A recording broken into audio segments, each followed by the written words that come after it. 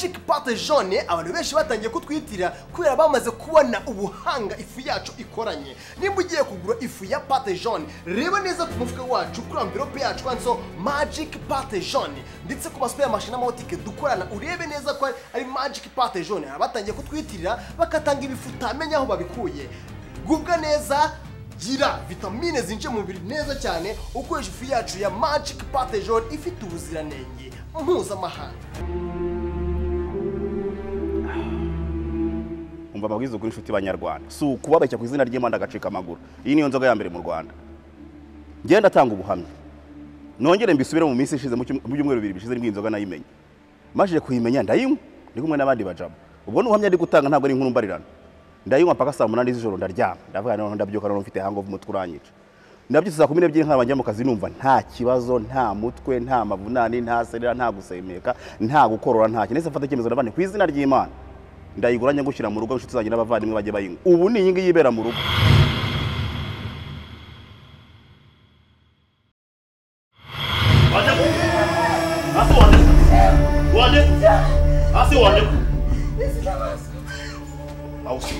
Wande ku yundi mu cyubundi. Uri mu cyubundi uri mu cyubundi wambe bawe. Jene jari. Usikuwasa. To. Dar es Salaam. Doctor. Tuko tabushaka prepare her. Njere rugo ngiye kubonana nawe. Wese nzije muri ubonane. Mubwire nanjye kumushaka hano. Okay, nta kibazo. Okay. Ibiganiro byacu birangira hano rero. Tuzabonana ikindi gihe. Have a nice day. Vipi ndugu? Doctor.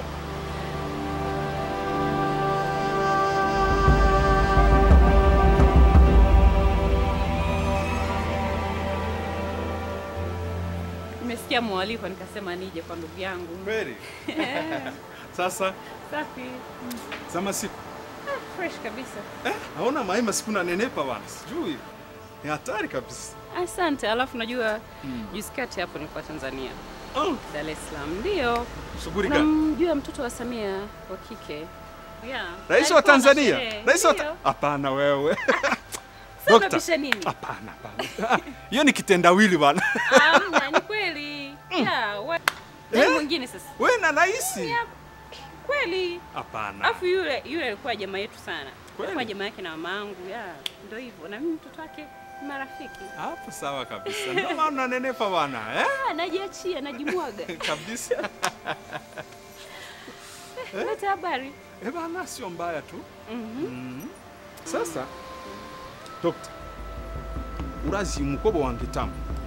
Yego. Sasa yarakuye mo inda. Yaraswiste arakura mo inda. Yanda.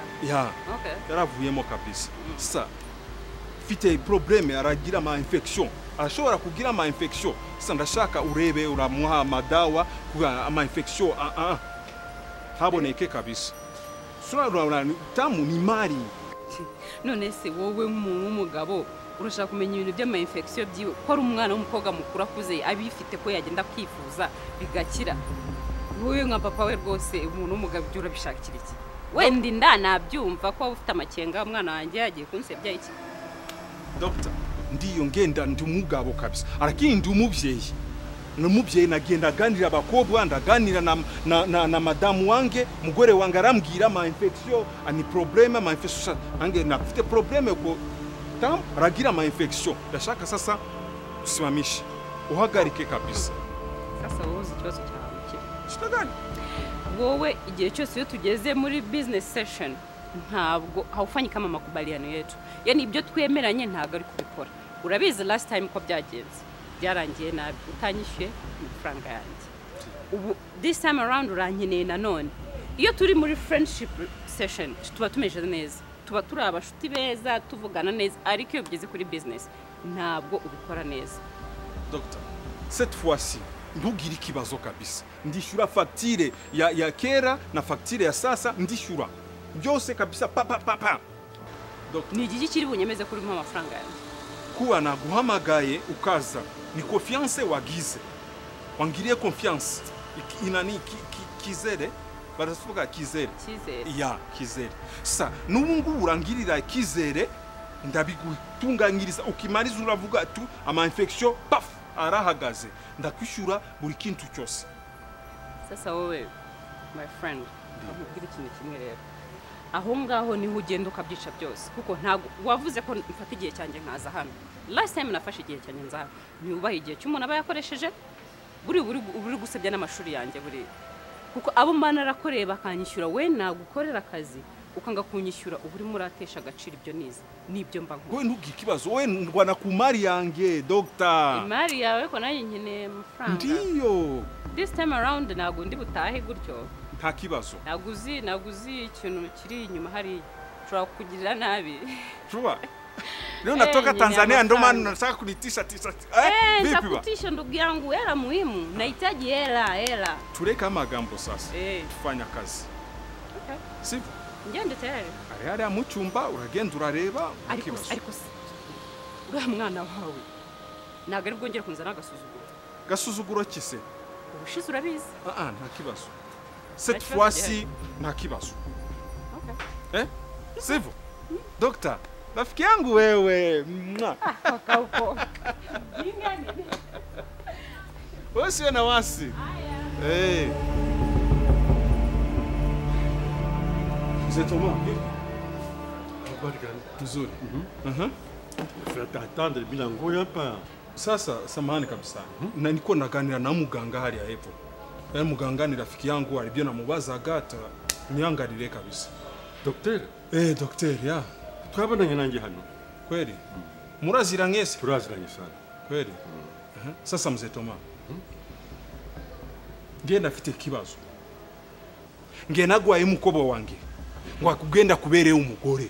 Murangije nyinyi muramufata murakubita murabize aratwise muramukubita ingira vamo ibyo bintu nibiki akuravugi nani alipiga sasa byabereye iwawe kuko irambaza ngewe ndakubwira umukobwa wange mwaramukubise sambuzi murakubita papa kukise kuki mimi nakwambia sikukuwa hapa j'étais en voyage. J'ai fait un mois à Zanzibar. Mzee Thomas, nge sinshaka France byawe wewe wende Paris uvuge France byawe Paris. Nge ndashaka kukubaza nimba tari wowe ni muhungu wawe. Murakubita umwana aratwise. Muramukubita tu ni mbuzi sasa. Ni hene. Ile ni hene muri kuba murakubita. Nge ntabwo bizi byuvuga wowe. Mwege na pitié mugira. Muntu aratwise. Murakubita indira vamo. Kukise. Sasa urariya facture, Indavuyemo. Yavuyemo nyine. Urariya facture. C'est pas possible. Unungana wanje no? Yatwita umwana wanje. Sasa. Harundi yatwisiye. Sasa nge urabwirwa muhungu wawe kama niwe wakubise umukobo wange nge nawe ni biso na biso. Kwanza mzee Thomas. De préférence urentrer kwako. Ugendi wawe kabisa. Ngwa ipombe yawe kisha ugendi wawe. Hakindi kindi. Urakubita umukobo wangara twise. Urakubita tu. Je dis c'est pas là, ndabwana imbali bwana. Shauri yako bwana. Shauri yako. Genda nagiye kabisa. Ubwo uzagenda ubite kwanza tuzavugana ku phone.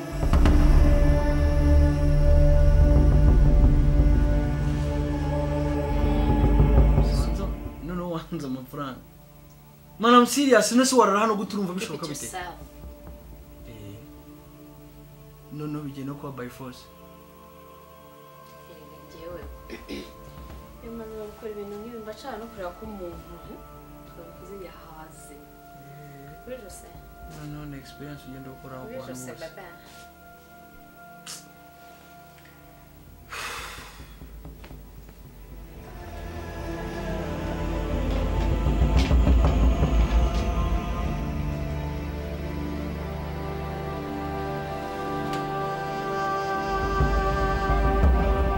William. Uko wapi? De. Wabwiye nguki? Wabwiye gutama ari hehe? Wari wabwiye nguki? Wabwiye ngo qu'est-ce que tu me racontes? Non, niwe wamukubise. Nguki? Hako papa bunda abantu barasaza ubundi barambaza icyo abantu. Sha ndaje tout de suite ndaje tubonane. Hello? Hello? Nakuviye. Abantu banshaka iki kwera? Ubaye iki? Kanjyame ndumva ugifite story nyinshi zo kumbwira. Nusibye kandi birakureba. Ubibwiriye iki?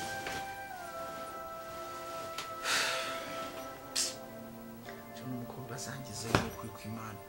Nukuri kwimana John nawe arantumikiye pe. Arantumikiye. Uretse tarinda tunamugera ku byo tuzi. Ariko nta kibura kohereje kwizeye. John yanyohereje anyizeye. Birumvikana. Ariko rero nanone ntiwamenya sheka ahantu yagira imbara umuhungu wawe cyangwa arandi yaburiye. Sundi umuhungu afite umugore. Umusiribateri. Nta kigara agendana nacyo se Ibyo byose nawe urabizi ko ngana n'urungano rwawe ntago simbana nawe mu nzu ariko ibyo ari byose agira abantu baba bari kumwe basangira bagendana. Rero nagira ngo umumbarize niba uwo munsi yo sheki ibure yari kumwe nande hari sangahe akeka nde mu by'ukuri nicyo nshaka ubundi bindi wenda nkabikurikiranya. Gira vuba ariko wajya ugerageza ukumva umuntu icyo agushakira ukagerageza no kumva impamvu y'icyo kintu agushakira. Ndumva iki ayo ma infection uri kuza kumvura ninde akubwiye ko nyarwanda Infection uramutse uzifite dusanzwe uzifite ni ukuvuga ngo ushobora kugira umuhumuro mubi. umuhumuro w'iki uvuga kunuka cyangwa kubona. Okay, uko ubishaka. Ntabwo ari imvugo nziza ariko ubwo niba uvuga neza urumva ibyo uri kuvuga aribyo bivugitse neza. Listen, ushobora kugira umuhumuro mubi ari wo wita kunuka wowe uko ubishaka kandi ikindi ushobora kwishimashima. Icyo gihe wishimashimye uzana ibindi bisebe. Ibyo bisebe nibyo bizana izindi bacteria utazi. Iyo ugize ama bacteria ya infection ukagira n'imba bacteria utazi haravamo ibisebe noneho ni imyanya ariko sensitive yanjye nishima mu byawe wamaye amahoro nashanga shima. Listen, okay, calm down. Nuwishima uzitera ibisebe. Niwitera ibisebe muri za infection zizazura ibindi bacteria utazi. Mbafu out. Uri kunyumva ndakubwiye ngo soka nta. Umuryango wakuzanye suzi. Uranyumva ugira amatwi cyangwa baragutiza. Ntabwo umenye ko umukobwa kandi umukobwa akagomba kwiyitaho. Ariko umukobwa yitaho wundi ushaka kwiyitaho. Urabona wundi ushaka kwiyitaho. Ubuzima nibwo bwa mbere ushobora kwisiga amavuta ugasa neza ariko ubuzima butameze neza. Ubuhe buzima butameze neza? Anga infection ngo ngaho kwishima shima muri umutwe wawe cyangwa shima mu byawe. Watanze amahoro kabiri kangaye rimwe kabiri gatatu nakubujije kuza kunshinga imbere wajyuma amahoro kwirinda biruta kwivuza. Tam. Papa ni papa iki papa doctor kazi yako nani? iyi nshinzi y'umudoctor uhora unzanira muri uru rugo nguje kumvura ama infection ninde akubwiye ko ndwaye ama infection. Tam, ni gute urashobora kumvikana na doctor? Numvikana iki nawe ari kumbwira ibiki? My friend reka nta kibazo ndaza kuvugana nawe reka nkomeze. Uvugana nande? Urwana ngiye mfite umwanya wo kuvugana nawe. Sasa nagushaka kuvugana nawe. Nanje uvugana nawe nasoke hano. Kandi sinzongeye kubona mu maso yanjye. Nipe wakati mu mwanya kabisa ubwiye mbanze kuvugana na mukobwa. Na kugira wowe hanze. Mimi nakwambia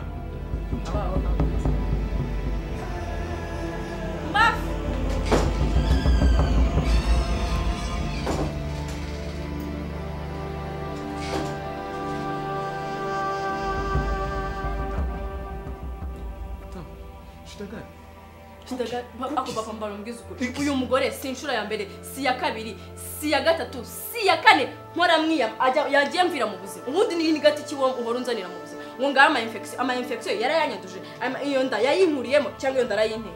Sasa kini tumvikana waratwise urakuramo ngenda kukise udashaka kubyumva urafite ikibazo arareba aratuzuma arareba ama infection arareba ma déchets asigayemo arareba nibindi ma bacteries ma virus yose arimo arakuramo kila kitu arakura na matushe ariko nono ndago na matushe na ma infection na abo bapundi uri muntu ki wigize umu doctor cyangwa ujya mu mihango cyangwa wavanye minda ngiye nanyuze mu buzima bwinshi cyane kabisa nakoze struggle nyinshi cyane ko kumenya umukobwa arafite ama infection umukobwa aragia mu manani mu maregle maragia mu biki gwe n'ibintu toto sana kwangewe kwa hiyo twubahane kabisa reka muganga arakora ibyo ashaka uzi papa iki usigaye ukabya kunyinjirira mu buzima kwinjira muri business zakureba ngiye wari wabona ngiye nza kuvugana nawe uri kumwe n'iriya nshinze ngo nahise umwana we w'imyaka ingahe n'igihagararo cya ukureshya n'imyaka yawe uri kumwe n'umwana muri bibiri bari wabona ngiyewe nza kuguhagarara hejuru nguri mu mafuti wambaye amahoro ngiye uravuga ndakwinjira mu buzima utabwinjiramo ndakwinjira mu buzima ngewe papa kuri kwimana jureka gukabya papa ndakwiyamye mbarumvira mu buzima papa mbarumvira mu buzima ndakwiyamye marayi urananyiyamye kabisa Tam urananyiyamye we Tam zamuka ndakubwiye ngo ceceka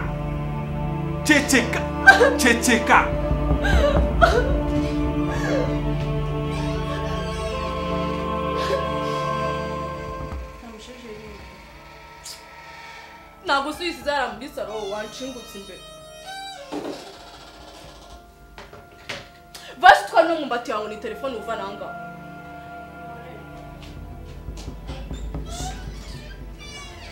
singizi inshinza yawe neza njye nko kwiborera nubwo ushobora kuma agaciro imbere y'abantu ngo unanyubahire nk'umwana wawe nakubwiye uragenda kwa dogiteri arakora buri kintu cyose kabisa arakora aratunga motoro arareba ama infection arareba buri kintu cyose uri kubyumva neza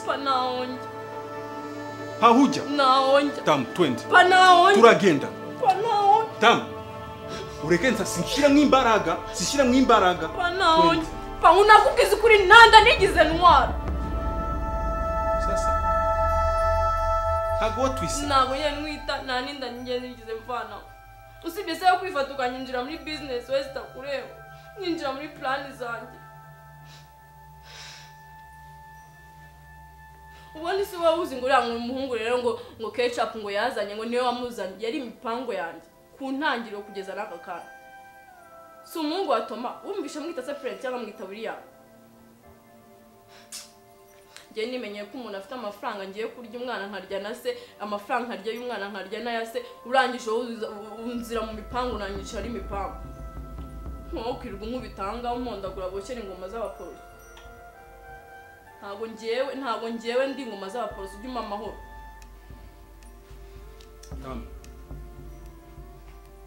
ndeba vizuri ndeba neza kabisa ndeba neza uri kubyumva neza nta mikino irahanga cette fois-ci urasubira kwa mzee Toma aragutera inda yes aragutera inda mipango yakirakomeza uri kubyumva neza nta ma excuse yandishaka bajye nangira ni muri arusaza rungana ko urana rwanatera n'indubu ikambere na mafaranga turashaka amafaranga arava kwa mzee Toma nta bindi nasundi ari plan ya cyangwa ari plan yanjye tetwa papa ndakubwiye nibyo ngibyo nta bindi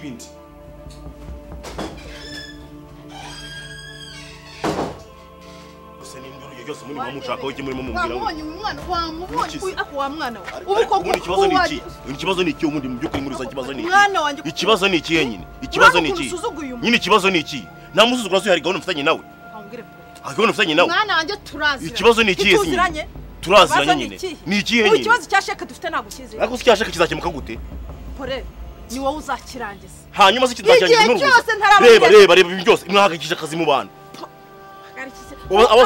aba nta serivisi bakeneye aya mapine ntabwo akeneye abakiriya nta bakiriya akeneye singaba bose akeneye ko izi modoka zirambitse ndakubaza izi modoka zirambitse izi modoka nunguka miliyoni 80 iki unguka miliyoni 80 ariko gahoro niko rugenda mbare mwana wanjye kubwira ubu zirimo turatanga serivisi turimo turatanga serivisi igihe bya serivisi I don't care hakina kimwe bimbwiye you don't care uzi impamvu you don't care uzi impamvu you don't ibi care byose ninjye wabivunikiye navunikiye hanyuma se ko bihomba abakiriya bose hano hagafunga pore ntarabona sheke ya miliyoni 80 ariko se mama nicyo ushaka mama ubundi urashaka wi nyine mbwira urashaka iki ubundi ma ndashaka sheke ya miliyoni 80 ukambwira neza hano yagiye pore ibintu byo kukuzanira abantu bakumvikana nge nawe kumvikana byaranze uyu mugabo mwoherejwe na John ngo akomeze ikirego yatangije none wihaye ibintu byo kumusuzugura urigira gutya we witonde nta rutugura kura ngo rusumbe jose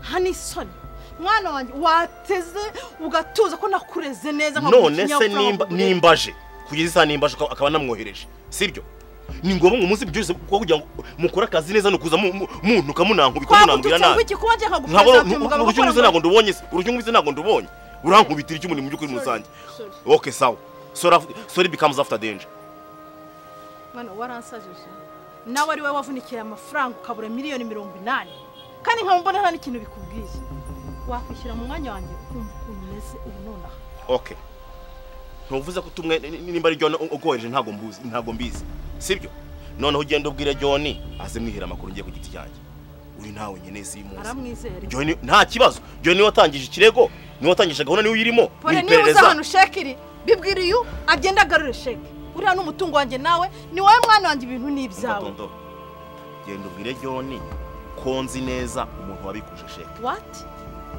unabikuje sheke ninde umukobwa witwa Keza niwe wambwiye umuntu wabikuje sheke Keza ninde pore umwe muri abakobwa bajya gusohora mu Keza yorejwe nande Keza yakubwiye ko ari nde wabikuje sheke umugabo witwa Patata Patata nta n'ibintu byinshi ubundi nkeneye nkeneye kuvugana na John okay sawa murakoze ikirego cyanjye ngo John azagikurikira ndagushimiye data wa twese uri mu ijuru nakuragize imitunganye nkuragize umwana wanjye urakoze kuba utagiye muri gereza akomarika mundi manze nkubaza akabazo kamaze kubana subiza uramukomo mupanga iki nguhe umwirwamo uhamagara nyine mwirwamo muvugana teta nyine ese ni teta uvuga teta se mpanga iki muhamagara mubaza amakuru yawe ntubizi ko wahinduye nimero nkayibura singuhamagara ukanko nyitaba uramuhamagara nimero yawe kuye he muri telefone yawe muri telefone yanjye urayinyirye niho nayikuye sayimbabazi banza sayimbabazi wanjye bwose simba umwana wanjye muhungu umwe w'ikinege ku isi umuhungu mwiza wa mama mbabarije amusoresheje sibyo wowe ibibazo bya sheke ubwo byakemutse bindekere mbyikurikirane sibyo naho ubundi hose ntabwo gukubita urundi rwango kandi ntabwo sinzi ukuntu biza pore sibyo shere gama kabizo gaba basimwende tugende nyereka hano nukuri ko imana mashaka kumenya ko umwana wanjye yeremo ko yara sibyo sanga tugende situbaye inshuti sitwiyunze sawa uri mu nzu ukora micyo uraramye ku buryo umuntu aguhamagara akavuga nk'ayabagombozi rero atari kukubona hakuzumva bigenze bite mavuje nose no kumwicara ni ikibazo koko ntago ari ikibazo ni ukuguhamagara sinkubonera igihe ngo karushya isaba koko nta n'isoni ibintu ugomba gukora hariya mu gikoni wabirangije se nabirangije kare hanyuma se ubirangije ujyayo njya guhanagura muri salo itangwa n'icyayi amafaranga nakohereje kuri telefone wayabonye icyo ugomba gukora ni iki gikurikira genda ujye kuri butike ndetse uce no ku gasoko ugura inyama uhahe lisite y'ibintu byose naguhaye hanyuma uze uteke kandi utekere igihe ntabwo naguhaye amafaranga kuri telefone wayampaye ariko iyo ngiye kuri butike mera nkaho mafite ikibazo bwoko ki shabana atambwira ngo none se ejo bundi ko nyuma y'umurateri ivi boss wa ndimi 104 agashyira n'ibintu bitandatu yamwogosheye agatamya ngo bindi ngo byabaye ushaka handi hantu hahira sinkeneye kumenya iby'amadeni mwafashe ntabwo mwafata gase mwayatumwe nani kamenwa nk'iki yatoyemo ubundi amafaranga ntuyafite bite byawe kidamusore ugiye ugenda ujye gukora ibyo nakubwiye ubene hano tuvuga banguka tuvugane reka ibyo bintu byo kugusuhuza ni kucyusigo mpamagara kugusuhuza ibyo ni ibiki sore wumva ari akazi mba nabyukanye muri uru rugo rwanjye kugashyamo ka display ko mpamagara umupapa nkande ntabwo nyigisha imyaka yanjye papa wande kuva ryari unyobora ariko rero sore nta ndumva nta watowe nande ku buryo wumva ko wanyobora nanone ntabwo urashaka kumbwira ikintu ukora mu rugo rwanjye cyangwa ikibazo nakubajije cyaciye inyuma y'amatwi ntabwo kigeze kinyura mu gutwi amakontra numva ngo ufitanye na Kanimba n'amakontra nyabaki agura iki sore kubomba hano Kanimba hari amasezerano twagiranye nk'umuntu uba hano nyine yishyura igice nanjye nkishyura ikindi kandi nk'umuntu w'umugabo uba hano koko ntabwo yakishyura inzu wenyine kandi ndanye ndi hano ubwo umugabo yinjiye undi umwe muri mwebwe yinjiye undi mbese kuva ryari abagabo babiri babana mu rugo bagashayaringa ibyo bagomba gukora Rusore ndumva utabigira birebire rwose. Abigira birebire. Ndakwibutsa ko ari ngiye waje kugukodesha inzu. Niba ubyibuka neza mu gihe cya Covid. Ndakwibutsa ko ayo masezerano nta noteri wigeze ushyiraho umukono. Amasezerano yabaye hagati yanyu muri babiri.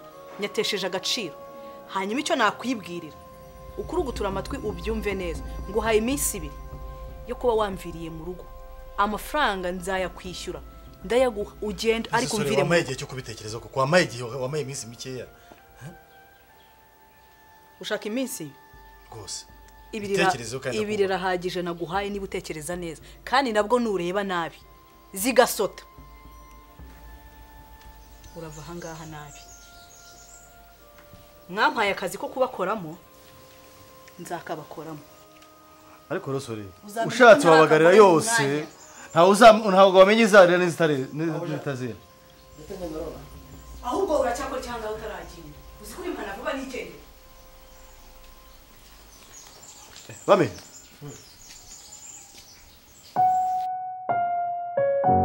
Waje mu rukundo winginga